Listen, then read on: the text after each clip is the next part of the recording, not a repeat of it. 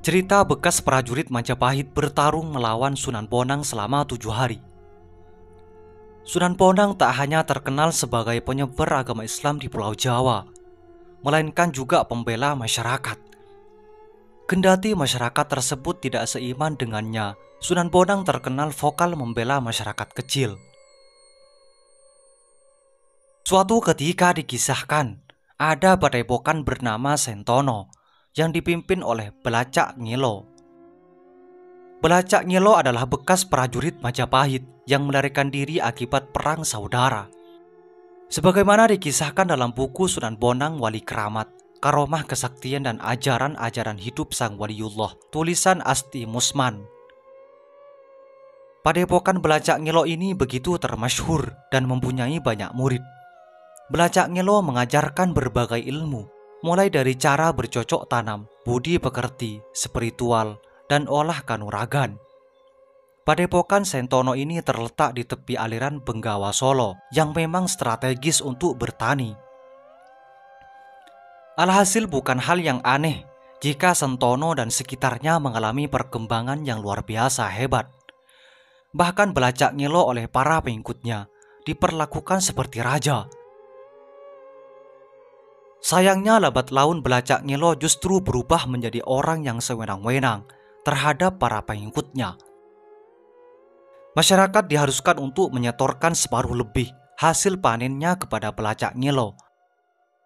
Tak hanya itu, setiap rakyatnya yang mempunyai anak perawan perempuan agar dipersembahkan untuk dijadikan selirnya.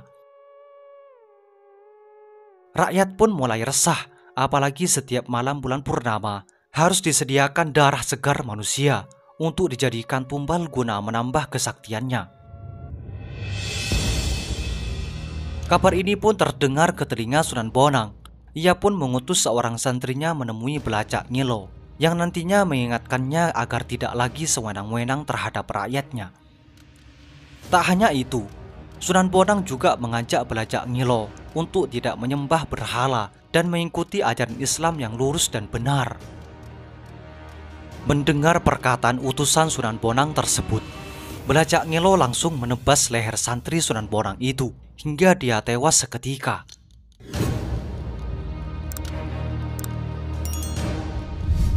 Konon tempat pemenggalan leher utusan Sunan Bonang ini sampai sekarang diabadikan menjadi sebuah desa bernama Pangulu, berasal dari kata penggala gulu atau penggal leher dalam bahasa Indonesia.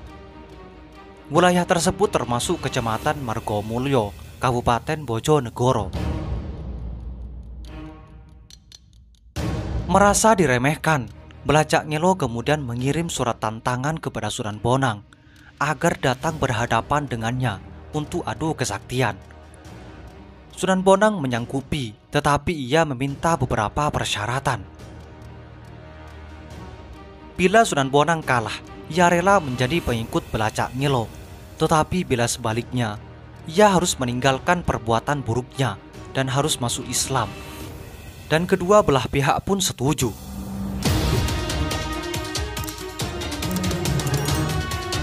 Pertempuran hebat pun dimulai. Konon pertempuran ini berlangsung lama karena keduanya sama-sama memiliki kesaktian yang luar biasa. Tapi di hari ketujuh, Belacak Ngilo mulai kelelahan. Tapi karena kesombongannya, dia tidak mau mengakui kehebatan Sunan Bonang. Timbullah akal licik Belacak Ngilo untuk melarikan diri dari gelanggangan pertarungan itu. Belacak Ngilo masuk ke dalam perut bumi untuk melarikan diri. Tetapi Sunan Bonang pun tak mau kalah. Dia terus mengejar Belacak Ngilo ke dalam perut bumi.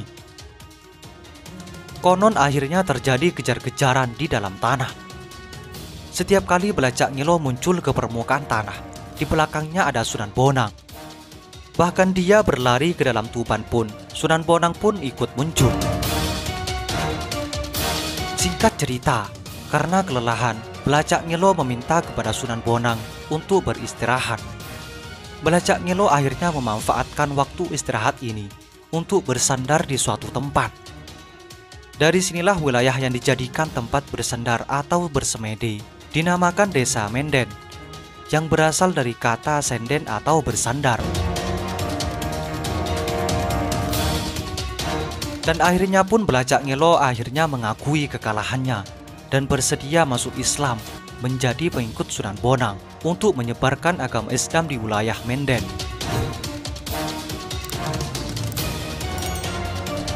Semoga ini menjadi wawasan bagi kita semua dan menjadi pelajaran atau pengetahuan bagi masa yang akan datang. Semoga informasi ini bermanfaat. Assalamualaikum warahmatullahi wabarakatuh.